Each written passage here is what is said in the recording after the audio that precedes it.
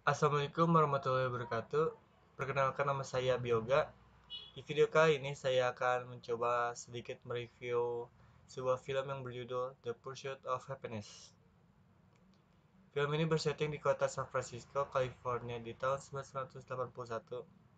Cerita ini terinspirasi dari kisah nyata Chris Gardner, seorang pialang saham yang dulunya salesman. Film ini diawali dengan seorang pria bernama Chris Gardner dan memiliki seorang istri bernama Linda dan memiliki anak yang benar-benar ia sayangi sampai ia harus menjaganya walaupun ia harus bekerja karena istrinya sangat sibuk bekerja, yang bernama Christopher. Chris sehari-hari bekerja sebagai salesman. Ia harus menjual produknya agar bisa memenuhi kebutuhannya. Sebelumnya ia menghabiskan tabungannya untuk membeli alat tersebut karena saat itu alat tersebut merupakan alat tercanggih.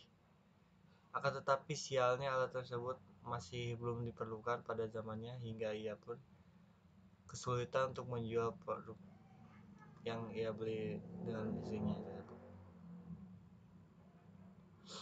Suatu hari kemudian ia bertemu dengan seorang pekerja pialang membujuk Chris dengan berkata, "Saya bekerja di pialang saham.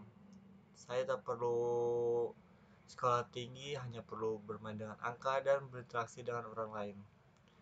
Hal itu membuat Chris termotivasi untuk bekerja di sana. Saat ini mendaftarkan dirinya di perusahaan tersebut, masalah pun terjadi. Alat yang ia titipkan ke seorang eh, ibu-ibu di pengamen jalan, alat tersebut ia titipkan ke sana dan memberikan $1 untuk jasanya. Akan tetapi alat tersebut malah dicuri olehnya. Hingga konflik pun terjadi, ia harus bertengkar dengan istrinya, dan dia ditinggalkan oleh istrinya ke New York dan dia harus tinggal berdua dengan Christopher. Ia pun putus asa dan berpikir untuk kembali ke perusahaan film tersebut dan menerima magang selama 6 bulan. Ia pun terpaksa harus menjual alat-alatnya karena untuk memanage keuangan selama 6 bulan. Dia pun tidak sendiri untuk mencari konsumen. Dia selalu ditemani oleh Christopher yang tidak pantang menyerah untuk mensupport ayahnya. Karena tidak hari terus hari karena tidak memiliki uang, ia pun diusir terpaksa pindah ke sebuah motel yang jauh lebih murah. Singkat cerita, ia pun harus bersungguh-sungguh bekerja agar bisa dipercaya dan bosnya agar diterima dan bekerja walaupun harus dapat rintangan masalah yang dihadapinya. Tapi ia pun tidak pantang menyerah demi yang memenuhi kebutuhan Christopher dan dirinya.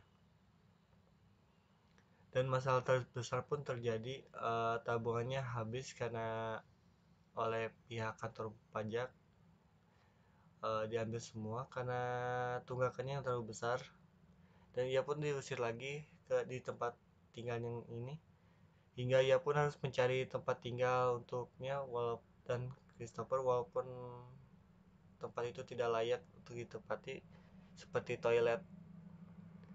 Ia sadar tidak bisa terus-menerus tidur di toilet. Ia pun mencari tempat penampungan hingga mendapatkan tempat untuk Christopher. Singkat cerita, saat terakhir magang, ia pun dipanggil ke kantor dan mendapatkan kabar baik dan ia pun diterima di pekerja.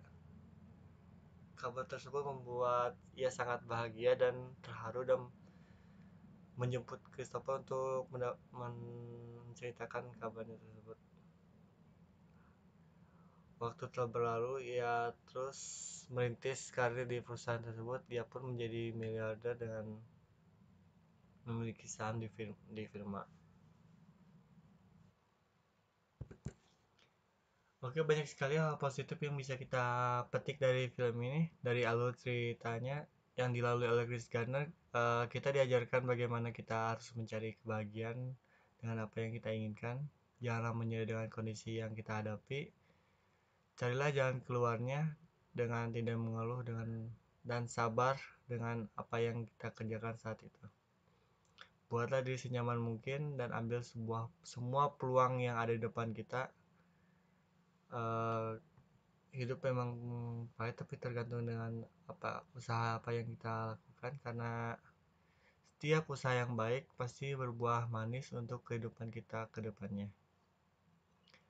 Mungkin itu saja yang bisa saya ceritakan dari film ini. Saya Bioga, pamit. Assalamualaikum.